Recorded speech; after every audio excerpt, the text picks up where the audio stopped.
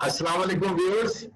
ईद उल अजहा की तैयारियां तो आपकी खत्म हो चुकी होंगी। अब बारबेक्यू पार्टियां चल रही है। उसके साथ साथ पाकिस्तान और इंग्लैंड के दरमियान जो ओल्ड ट्रैफर्ड मैनचेस्टर में मैच हो रहा था, उसकी जो खुशियां लोग हासिल करने चाहते हैं वो गम में तब्दील हो गई। ऐसा लग रहा था कि पाकिस्तान ये मैच जीत जाएगा और पाकिस्तान के हाथ में था ये मैच। इससे पहले भी पाकिस्तान में कई ऐसे मैच हैं जो जीते हुए हारे हैं, लेकिन और हमारे जो गम और दुख में जो इजाफा हुआ, क्योंकि अगस्त का महीना है, 14 अगस्त भी करीब आ रही है, तो हम लग रहा था कि जैसे पाकिस्तान की टीम जो है हमें गिफ्ट देगी। और अब जो इस वक्त जो है मैच हारने के बाद तोपों के रुख जो है वो मिसबा उल हक और अजहर अली की जानिब है। और पाकिस्तान की शिकस्त बहरहाल एक बहुत बड़ा अपसेट है। तो हमारे साथ जो मौजूद हैं शोएब मोहम्मद, जिससे हम गुफ्तगू करेंगे। और शोएब मोहम्मद आप जानते हैं कि मोहम्मद जो क्लैन है उसके चश्मो चिराग हैं, पाकिस्तान के टेस्ट ओपनर, पाकिस्तान के सिलेक्टर, बड़ी उनके खदमात हैं, हनीफ मोहम्मद साहब के साहबजादे। शोएब, सबसे पहले हम आपको खुशामदीद कहते हैं। बहुत शुक्रिया एहसान भाई। अच्छा, आपका क्या एनालिसिस है, जो हम ये मैच जो 277 का टारगेट मिला था इंग्लैंड को और 117 पे 5 आउट हो गए थे, ऐसा लग रहा था कि पाकिस्तान के हाथ में है मैच, फिर ये हुआ क्या? किसकी गलती है, क्या हुआ? आपका क्या टेक है?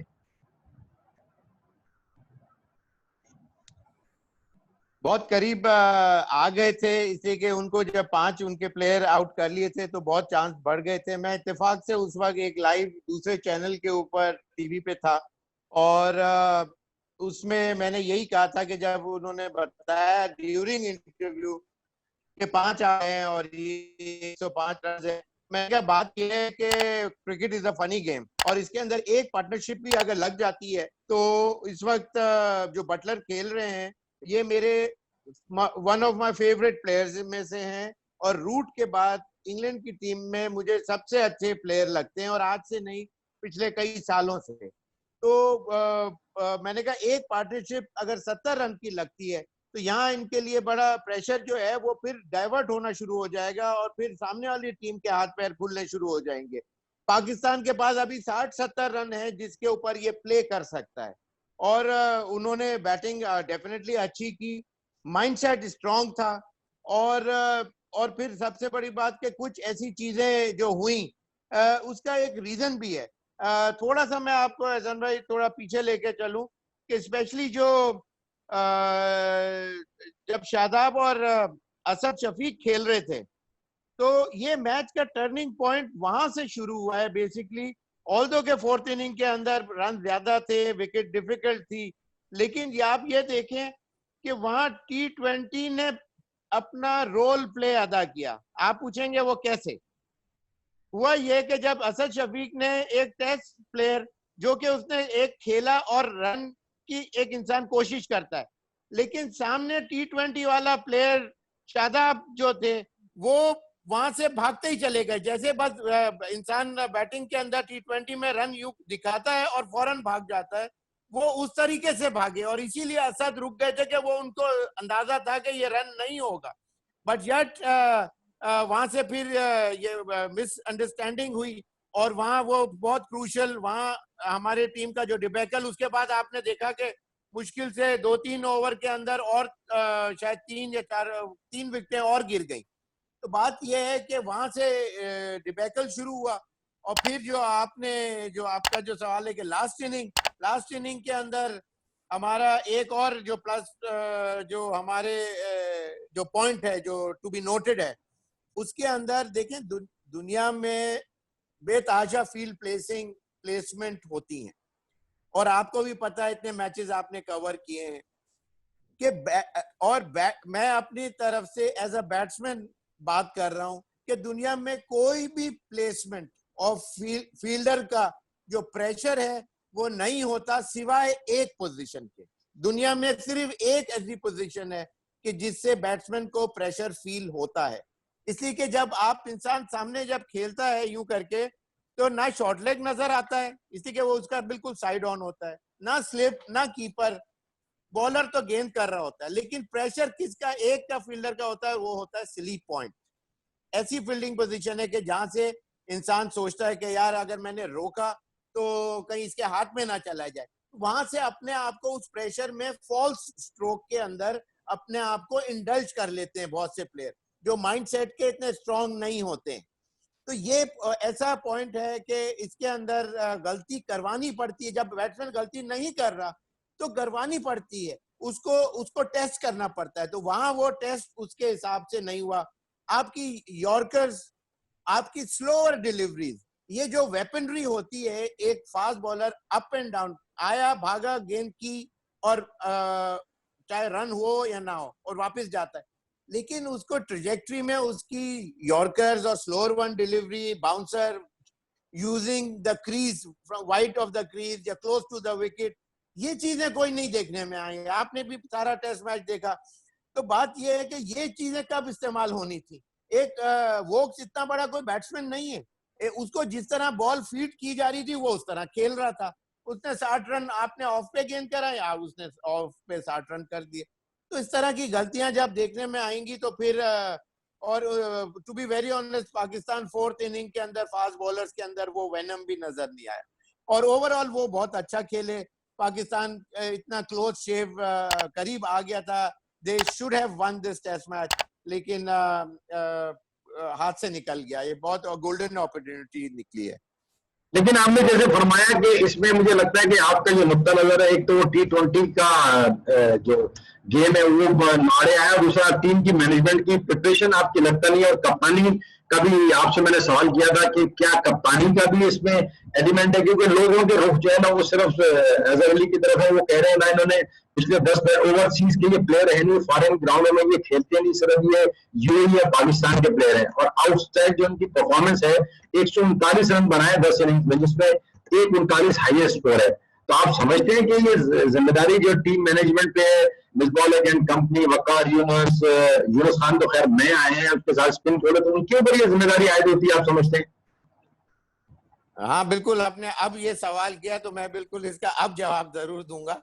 बात यह है कि देखिए, अजहर अली के साथ या तो वो इतना स्ट्रीट स्मार्ट क्रिकेटर या कैप्टन, पीछे इस टेस्ट मैच की बात नहीं कर रहा, इससे पहले क्या अप एंड अबाउट हैपनिंग एक प्लेयर होता है, एक हैपनिंग कैप्टन होता है। He wants to make things happen for himself और for his team.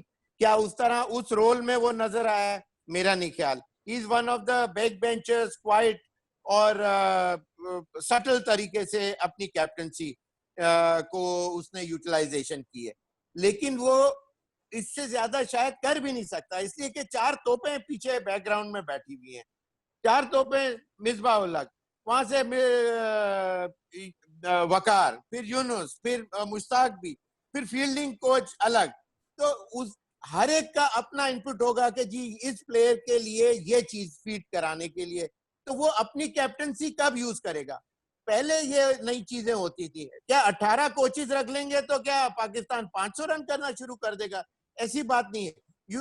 They play on the potential, potential जो था वो ही उतना ही। अगर जिस दिन एक कोच भी नहीं होगा ना, पाकिस्तान जो परफॉर्मेंस दे रहा है उसी के करीब नजर आएगा। ऐसा नहीं है कि 25 में आउट हो जाएगा या 75 में आउट हो जाएगा। जो पोटेंशियल को आपको अपलिफ्ट करने की जरूरत होती है। जो कहिए तो कोचेस का हर एक का अपना एक व्यू पॉइंट होता है, और फाइनल से ऑफ कोर्स चीफ कोच की होती है। तो चीफ कोच का भी एक इंप्रेशन, फिर बॉलिंग कोच का कि इस बॉलर को यहां से कराना, तो वो भाई अपनी कैप्टनसी कब करेगा? तो इस तरह का जो रोल के जो कैप्टन होते हैं, जो अगर डिक्टेशन, मजबूरन वो ऐसी पोजीशन में है बेचारा कि वो उसको ये डिक्टेशन लेने पड़ते होंगे। अगर वो चाहता भी होगा तो उसके ऊपर इतने फीडबैक है कि वो 2 घंटे का एक सेशन होता है, उसके अंदर वो 2 घंटे के लिए इसी के session by session test cricket होती है। तो सेशन बाय सेशन के हिसाब से वो कितना अपने आप को प्रूव कर सकता है, taking all the burden on his shoulders, और फिर उस तरह से अपने गिमिक्री शो करे, पोटेंशियल शो करे, प्लॉयज शो करे, और पोजीशंस को डिफरेंट तरीके से लाए। जो टीम मीटिंग्स के अंदर पहले से बात हुई भी होती है, तकरीबन उसके ऊपर ही had to apply his team on those lines only. तो ये बात है कि मैं समझता हूं कि इसके लिए थोड़ा सा मोर पावरफुल बंदा ऐसा हो, या फिर among the top run getters में से अगर इस वक्त अजहर होते तो शायद he would have been more up and about, more say होती उसकी, नहीं मैं ये करूंगा, मेरा ये व्यू पॉइंट है, मैं नहीं समझता कि इतनी तोपों के बीच में 5 लोगों के बीच में वो कोई अपना इनपुट प्ले भी कर सकता होगा। नहीं, आपने बड़ा अच्छा पॉइंट उठाया कि ये डायरियां बाहर से चल रही है। और आपको बड़ी इंटरेस्टिंग बात बताऊं, जो आपने 8-9 लोगों के नाम लिए, 1.25 करोड़ रुपए इनकी पेमेंट है। Chief selector, chief coach, bowling coach, fast bowling coach, spin coach, batting coach, trainer, और उसके बाद फील्डिंग कोच, ये 1.25 करोड़ रुपए ले रहे हैं। उसका रिजल्ट जो है उसके बहुत जोड़ियां बाहर से, तो आप क्या समझते हैं कि वही हुआ कि वो अनसेफ है बिल्कुल अजहर अली? तो आपके ख्याल में अब बेन स्टोक्स ने जो है सीरीज से फैसला किया कि वो टेस्ट मैच भी खेले, तो क्या इसका भी ऐसा फैसला करना चाहिए अजहर अली को कि वो टीम को छोड़ के चला जाए, ताकि ये जो पाकिस्तान की प्रॉब्लम है, जो तनकीद हो रही है, हालांकि ऐसा तो कोई मिसाल नहीं है, तो आप समझते हैं कि ऐसा हो सकता है? देखिए, वो हार मानने वाली बात है, और ही इज अ फाइटर। ऐसा नहीं है कि he is one of those weaker players. बाज दफा ये होता है कि इंसान नीचे से जब बिल्कुल नीचे गिर जाए, लोग दुनिया अगेंस्ट हो जाए, तो फिर वहां से अपने आप को उठाते हैं। और Baz already mentally and physically are stronger at the knees, physically भी और मेंटली वो ज्यादा स्ट्रांग होते हैं, और वो अपने आप से चैलेंज करते रहते हैं और चैलेंज देते हैं कि I am gonna do it for the country, और उसमें उनका पोटेंशियल शो होता है। लेकिन एक चीज सन भाई इसमें यह है कि पाकिस्तान का ग्राउंड होमवर्क जो है ना, वो कभी भी मेरी नजर के अंदर बहुत ज्यादा अच्छे तरीके से प्रेपरेशन नहीं हो पाती। उसका रीजन आप पूछेंगे कि वो कैसे है, पूरा कैंप भी लगते हैं, सारा सब कुछ लगता है। बात यह है कि मेरी नजर में PCB is to be blame. आज पिछले साल, उससे पिछले 5-10 साल का भी अगर ट्रैक रिकॉर्ड निकाल लें, तो पाकिस्तान के अंदर जो नए प्लेयर्स इन्फ्यूज होते आए हैं, ऑल्दो के जो सीनियर प्लेयर्स हैं अब तो 60-60, 70-70 मैचेस, टेस्ट मैचेस खेल गए, बहुत बड़ी बात है, लेकिन वो अपना इम्पैक्ट थर्ट क्रिएट नहीं कर सके अभी तक। वो कमांड जब क्रीज पे आते हैं कि वो एक पिनाश उनके अंदर से, जो एक flair, flow of the bat, free flow of the bat, वो जो नजर आता है कमांडर का, वो चीज हमारे बैट्समैनों में अपार्ट फ्रॉम क्या कहते हैं बाबर आजम, वो देखने में मेरी नजर में तो नहीं है। तो बात यह है कि उसका रीजन ये है कि जो पीछे जो प्लेयर, जो आपकी न्यू स्ट्रिंग जो आ रही होती है, या जो नए प्लेयर होते हैं, उनको सिखाने वाले कौन लोग हैं? वो प्लेयर्स हैं कि who had been failures in their lifetime, in their own lifetime, कि जो खुद 15, 20, 25 जो फर्स्ट क्लास मैचेस खेले हुए हैं, they are running the show all throughout Pakistan, holding those 2 certificates या 3 सर्टिफिकेट। उन्होंने किया कुछ नहीं है। जब तक आप डीप एंड में नहीं जाते, जब तक आप लाख आदमी के अंडर प्रेशर नहीं खेलते, आपको बाद दफा ड्यूरिंग योर इनिंग जो आपकी प्रैक्टिस होती है, उसके अंदर आपको sometimes you have to make amendments उधर ही, currently while playing your innings. अगर बाउंसर के ऊपर आपको एक टेक्निक से प्रॉब्लम आ रही है, you got to shift your gears. Suddenly आपको आपने जो प्रैक्टिस इन द नेट्स की भी होती है, उसको ऊपर आपको अप्लाई करना पड़ता है, और फिर वहां से फिर वहां फाइन ट्यून करके अपने आप को रीएडजस्ट करके, और फिर you tend to go along and make big scores. Baz दफा ये चीजें हमारे सिखाने वाले वो लोग हैं जिन्होंने खुद कुछ नहीं किया। किताबों में थोड़ी क्रिकेट खेली जाती है, तो क्या पहले के जो कोचेज या कोचेज नहीं होते थे, तो क्या वर्ल्ड रिकॉर्ड नहीं होते थे? क्या उस वक्त 5 विकेटें या 10-10 विकेटें पाकिस्तान के प्लेयरों ने नहीं लिए? क्या वर्ल्ड क्लास कैचेस नहीं होते थे? ये चीजें, आप इंसान अपने आप को धोखा जरूर दे सकता है, लेकिन दुनिया को बेवकूफ नहीं बना सकता। ये बेवकूफ बनाने वाली बात है दुनिया को कि जी certification holders are the one who are gonna teach cricket in Pakistan. It is not on, absolutely बिल्कुल ही फॉल्स स्ट्रोक है ये पीसीबी का। Or they got to one day or the other, they got to amend those rules and get back on those lines. बेशक current cricket is a different form of cricket in some ways. Bat और ball का जंग में कोई फर्क नहीं है। Ball ने स्विंग होना है, कट होना है, बाउंसर आनी है, उसमें कोई फर्क नहीं है। It is between a mayor half a second का बैटल है इन बिटवीन द टू, उसमें कोई चेंज नहीं है। फिजिकल चेंजेस है, मेंटल अप्रोच के ऊपर ज्यादा स्ट्रॉन्गर आपके ज्यादा मैचेस हैं, आपको ज्यादा स्ट्रांग होना पड़ेगा, फिजिकल फिटनेस आपकी ज्यादा स्ट्रांग होनी पड़ेगी, कैचिंग एबिलिटी, फील्डिंग एबिलिटी दूसरों की तरह आपको बेटर करनी पड़ेगी. You got to fight within your own self to get better. In the sense, पीछे previous track record मेरा अगर जितना भी है, next year I'm gonna make it 3 runs better in average. Next year you fight within yourself to get better the next year. यहाँ तो ball ढूंढ रहे हैं 70 टेस्ट मैच, 50 टेस्ट मैचेस खेलने के बाद. इसका मतलब उनको उनके ऊपर फीडबैक जो है, उनके साथ जो लोग हैं और उनका जो माइंडसेट है, उसको that needs to be corrected, that needs to be fine tuned. वहां ये गलतियां मेरी नजर में तो यही हैं. और Pakistan I wish and hope के कोई मिरेकल स्टिक आ जाए और एकदम. दूसरे टीमों के प्लेयरों का क्या है, वो आते हैं कमांड शो करते हैं, चाहे वो 15 रन करें 5 रन करें, that is irrelevant in my eyes. Command शो करना is a different ball game, it's a different thing altogether. आई एक स्ट्रोक अथॉरिटी दिखाता है, अथॉरिटी दिखाना is the art. Occupying the crease for longer is fine art of batting के अंदर वो आता है. वो चीजें कब सिखाएंगे?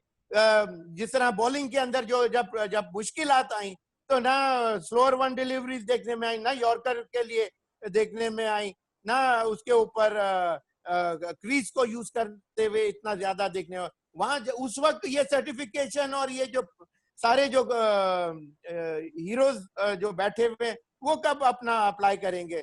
चाहे 1.5 करोड़ रुपए दें उनको, इट डजंट बॉदर मी, और डबल दे दें. लेकिन ऐसा नहीं है कि जो पीछे जो जितने जो टेस्ट क्रिकेटर्स हैं उन्होंने टेनिस बॉल से क्रिकेट नहीं खेली है, उन्होंने भी test cricket in much harder ways खेली है, विदाउट दीज प्रोटेक्शन भी खेली हुई है.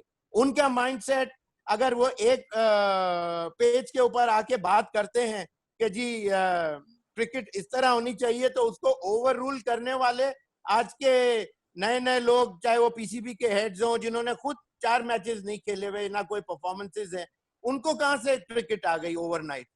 अगर इतना ही क्रिकेट आ गई तो फिर they should have made a mark for themselves in the world rather than just sitting on these top-notch spots in management and ruining the game for Pakistan cricket. अच्छा, मैं इसमें थोड़ा सा आपको इंटरप्ट करूंगा. आपका जो इशारा है वो हमारे डोमेस्टिक क्रिकेट में जो लोग हैं, आप समझते हैं कि वो जो एक चेंज आया है उसकी वजह से ये गड़बड़ हुई है, दूसरा डोमेस्टिक क्रिकेट से जो एक डिपार्टमेंटल क्रिकेट खत्म हुई है उससे फर्क पड़ा है. ये सर्टिफिकेशन कोई अहमियत नहीं रखती. ये एक नया जैसे होता है ना कि बड़ा ये पीएडी और रिजल्ट कुछ नहीं आ रहे. अब हमारे जो प्लेयर जो पाकिस्तान टीम को कोच कर रहे हैं बड़े लेजेंडरी प्लेयर है, लेकिन रिजल्ट कुछ नहीं आ रहा. तो आपके ख्याल में ये जो पीसीबी की पॉलिसीज है उसकी वजह से पाकिस्तान क्रिकेट का डिक्लाइन. अच्छा, ये बताएं कि अब पाकिस्तान क्या बाउंस बैक कर सकता है इस सीरीज में? देखिए, उन्होंने आपको अपॉर्चुनिटी दी, एक लीवरेज दिया, डोर ओपनिंग दी बाय फील्डिंग बैडली. बॉलिंग भी उनकी फर्स्ट इनिंग के अंदर बहुत इतनी कोई टॉप नॉच नहीं थी, कोई हीरोइक्स उन्होंने प्ले नहीं किए. आप बहुत लकी रहे to score that 300 plus runs. और उसके अंदर आपको जब मौका मिल गया, you were right on top of them, and yet you made such blunders and made lame excuses. मैं कहूंगा कि भाई वो इसलिए जैसे मैंने पहले कहा कि आपको you got to create opportunities, और वो आपने उन्होंने तो दी. 300 रन करवा दिए, जहां 319 पे शायद मेरे ख्याल पाकिस्तान के 5 आउट थे, लेकिन उसके बाद वहां से वो नहीं कर सका. तो बार बार एक प्रोफेशनल टीम नहीं देती, लेकिन ये इंग्लैंड की वो टीम है.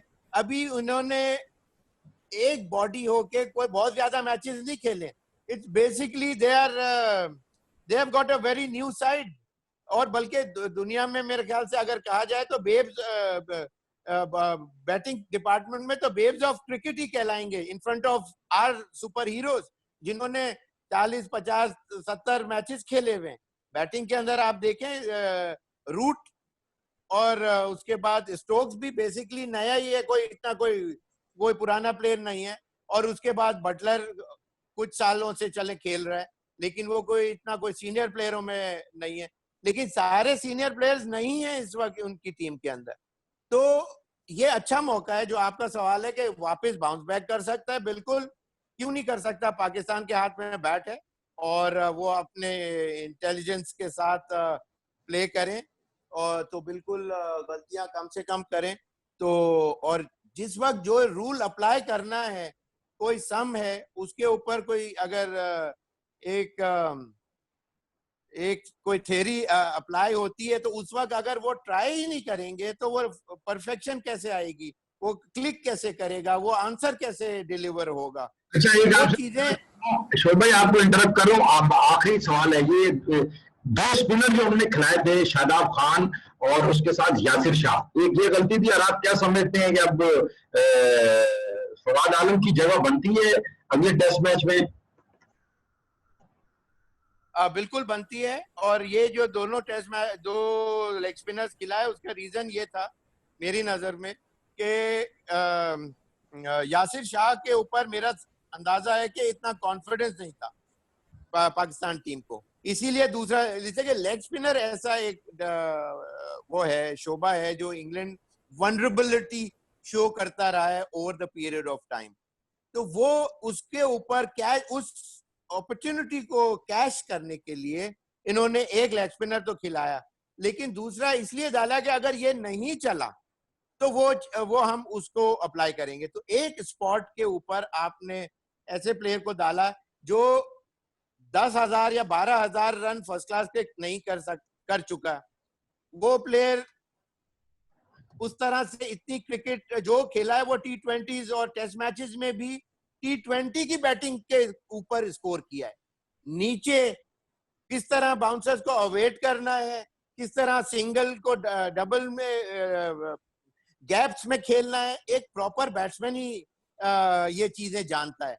ये रोलिंग शॉट और ये नच करना, उस तरह से रन नहीं हुए। टेस्ट क्रिकेट के अंदर ये चीजें अप्लाई होती हैं, और it does not come easy, it does not come overnight.